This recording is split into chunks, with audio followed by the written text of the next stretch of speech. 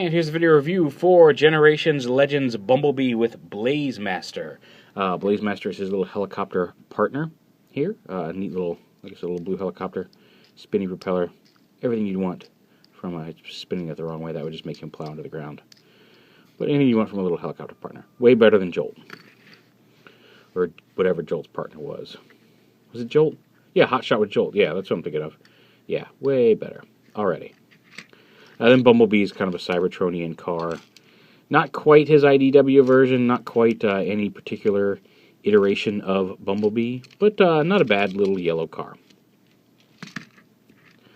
Now, with his Blazemaster partner, you can pop this off, and then you just kind of come over here, flip this up into the back, little gun, bring his arms up, and then you just rotate this down to form his head.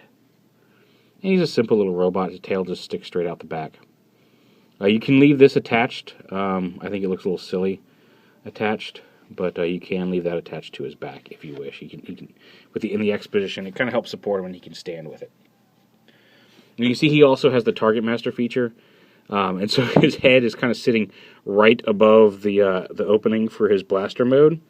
Maybe not the safest thing, but yeah, but not a bad little robot. Really only posable. I mean, you guys should make his head. You can make his head nod if you want. And he's got hinges here on his arms. The little targetmaster guys are not the most posable. Roller is also very limited in its posability, but like I said, I like Roller better than Blazemaster as a mini-con, although Blazemaster is not bad. Blazemaster has a stronger gun mode than Roller, but I think Roller wins in the other two modes. Now, Bumblebee, like I said, besides being a kind of non-specific version of Bumblebee, and while I do think that Optimus is the better of the two overall, Bumblebee's got a really neat transformation. And you start by popping the whole side panels off like this. Bringing them down. Coming down here. Pulling this whole assembly forward. Rotating this down. You see his head pops up from inside there.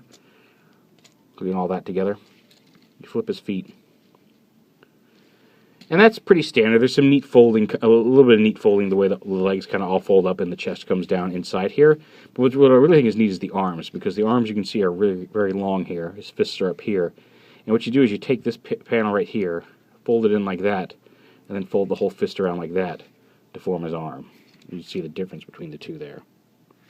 So yeah, just fold that in. You can fold this out, and you can kind of do it all at the same time if you wish too.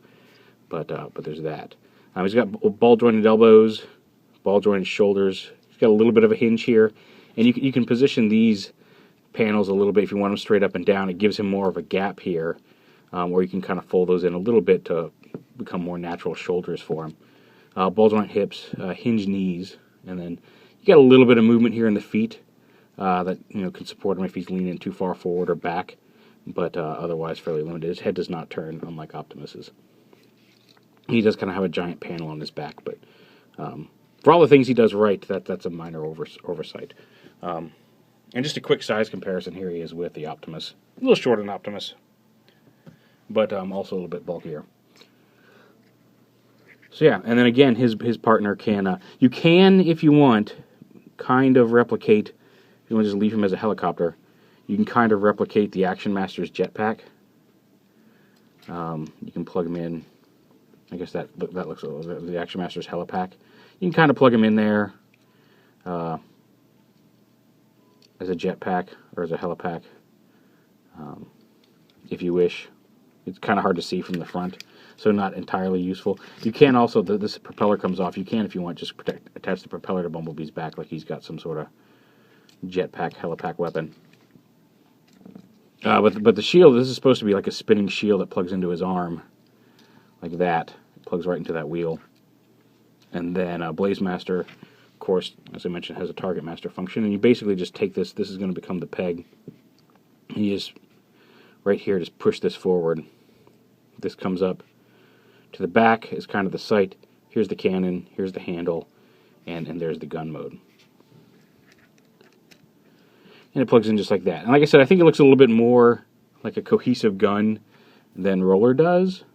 And again, he can get actually some pretty solid poses, especially with those feet pointing the gun forward, even though it makes him a little front heavy. But and there he is with his targetmaster partner. And again, there's the two of them together, and you can see what I mean. Like it looks more like a gun than, I mean, this looks more like a rifle, I guess, but it's very big and unwieldy in Optimus's hands, and that looks like something Bumblebee might be able to handle.